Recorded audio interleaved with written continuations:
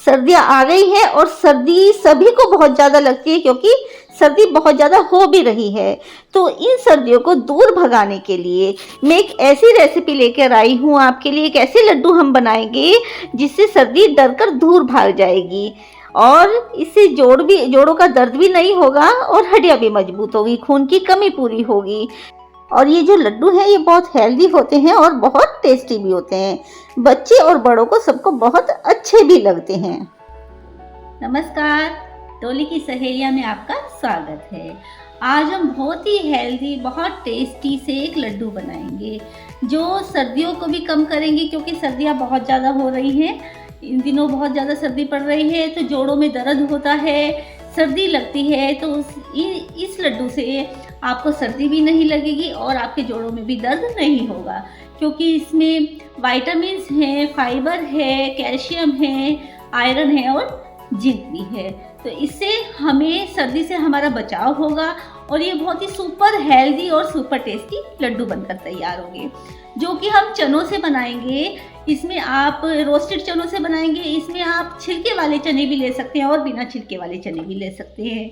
ये खून की कमी को पूरा करते हैं, हड्डियों को मजबूत करते हैं, जोड़ों का दर्द दूर करते हैं और बहुत हेल्दी लड्डू हैं।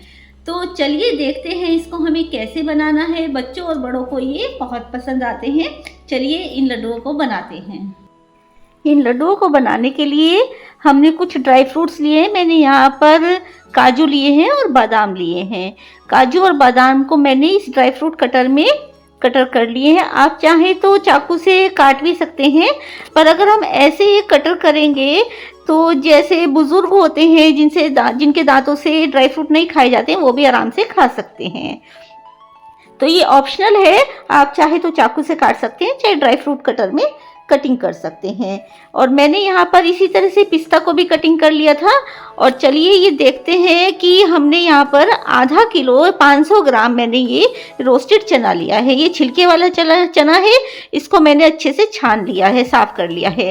ये पिस्ता है, बादाम है, काजू है, अलसी के बीज हैं यानी फ्लैक्स सीड्स हैं, और ये गोंद है जो हम तलने वाला गोंद होता है वो लिया है, और थोड़ी सी खरबूजे के या वाटरमेलन सीड्स हैं। तो सबसे पहले हम अलसी को भी और जो ये गोंद है इसको भी हम पीस लेंगे, दरदरा पीसेंगे। तो सबसे पहले हम चनों को पीस लेते हैं और चनों को हमें मिक्सी में अच्छे से बारीक पीस लेना है। तो ये देखिए चनों को हम पीस लेंगे और फिर उसके बाद हमें छान भी लेना है, क्योंकि कोई मोटा मोटा जो चना है या साबुत चना है मोटे मोटे पीस रह जाते हैं, तो ये छानने से बिल्कुल ही फाइन हो जाएंगे। तो चनों को हमने अच्छे से छान लिया है, चनों का आटा बना लिया है। और अब हमें जो है इसको हम साइड में रखते हैं और सबसे पहले हम जो ये हमने गोंद लिया है ना, इसको भी हम पीस लेंगे। इसको हम पल्स मोड पर पीसेंगे, नहीं तो दांतों में जब आता है ना तो दांतों में चिपक जाता है। तो पल्स मोड पर हमें इसको दरदरा पीस लेना है। ये देखिए दरदरा पीस लिया है हमने काफ़ी। जो अगर कोई इसमें मोटा पीस हो तो आप उसको निकाल सकते हैं। तो ये दरदरा पीसने के बाद इसको साइड में रखेंगे और इसी जार में हम फ्लैक्स सीड्स को भी दरदरा पीस लेंगे। इसको भी हमें पल्स मोड पर ही पीसना है। ये हमारी सारी चीज़ें देखिए पीस गई हैं, ये भी हमने अच्छा दरदरा पीस लिया है। अभी हमने फ्लैक्स सीड्स को रोस्ट नहीं किया है, हमने बिना रोस्ट करे इसको पीसा है। अब हम एक गैस पर एक कढ़ाई या पैन कुछ भी रख लेंगे और उसमें हम देसी घी डालेंगे। आधा किलो हमारे चने हैं यानी 500 ग्राम चने हैं और लगभग 100 से 150 ग्राम हमारा सारा और सामान जो ड्राई फ्रूट्स फ्लैक्स सीड्स वगैरह हो गए हैं। तो मैंने आधा किलो घी अलग निकाल कर रख लिया है। सबसे पहले मैंने 300 ग्राम इसमें देसी घी डाला है।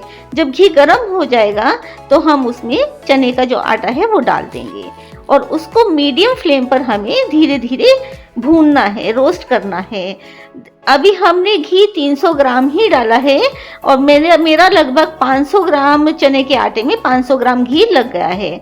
आप चाहे तो थोड़ा कम भी डाल सकते हैं, 400 ग्राम घी या 350 ग्राम घी भी बहुत रहेगा, पर मुझे थोड़ा ज़्यादा घी डालना था तो मैंने थोड़ा थोड़ा करके घी को बढ़ाया है, डाला है। मतलब मैंने एकदम से सारा घी नहीं डाला है, पहले 300 ग्राम डाला है, फिर थोड़ा थोड़ा मतलब रिक्वायरमेंट के हिसाब से मैंने घी डाल दिया है।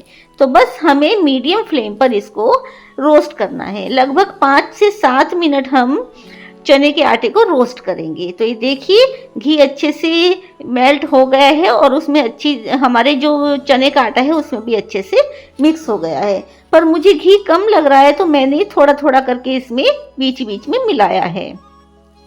आप चाहें तो कम घी में भी ये लड्डू बना सकते हैं। तो बस इसी तरह से हम इसको भूनते रहेंगे। लगभग हमें 5 से 7 मिनट भूनना है, ज़्यादा हमें नहीं भूनना है क्योंकि चने हमारे रोस्टेड चने हैं, वो भी भुने हुए हैं। बस इस तरह से भूनने से एक स्वाद आ जाता है लड्डू में। तो देखिए कितना थिक हमारा बैटर, ये बैटर टाइप बन गया है। तो इस तरह से हम इसको भूनते रहेंगे और इतने ये चने का आटा भुन रहा है। आप एक कमेंट कर सकते हैं कि आपको मेरी रेसिपी कैसी लगी है, क्योंकि आपका कमेंट करना मुझे बहुत अच्छा लगता है। और किसी फैमिली मेंबर को या फ्रेंड को, किसी को भी आप शेयर भी कर दीजिए जिससे कि ये रेसिपी सब तक पहुंच जाए। तो बस ये देखिए 5 मिनट हो गए हैं इसे भूनते हुए। अब हमने जो गोंद को पीस के रखा था, दरदरा पीस के रखा था, वो सारा गोंद इसमें मिला देंगे। मैंने लगभग 50 ग्राम गोंद को पीस के रखा है। आधा किलो आटे में 500 ग्राम चने के आटे में हमने 50 ग्राम गोंद डाला है। इसी में हमारा गोंद भी अच्छे से फूल जाएगा, अच्छी तरीके से भून जाएगा। हमें अलग से गोंद को भूनने की ज़रूरत नहीं है। 1 मिनट हम गोंद को भूनेंगे और इसी आटे में हम फ्लैक्स सीड्स जो हमने पीस के रखे थे दरदरे, उनको भी हम इसी में मिला देंगे। हमारे फ्लैक्स सीड्स भी इसी में अच्छी तरीके से भून जाएंगे। तो बस देखिए थोड़ा सा गोंद फूल गया है, थोड़ा फ्लैक्स सीड फूल गए हैं, तो मुझे थोड़ा घी और कम लगा है। मैंने थोड़ा सा घी और डाल दिया, लगभग 2 बड़े चम्मच घी मैंने और डाला है।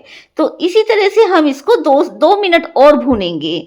हमें गोंद को और फ्लैक्स सीड्स को 2 मिनट और भूनना है, जिससे कि ये अच्छी तरीके से इसमें भून जाए और फूल जाए। अच्छी सी एक खुशबू आने लगी है। जब इसमें एक अच्छी सी खुशबू आने लगे तो हम इसमें और बाकी का सामान भी डाल देंगे। मैंने इसमें मेलन सीड्स डाल दिए हैं और जो भी हमें ड्राई फ्रूट डालना है हम इस समय डाल सकते हैं।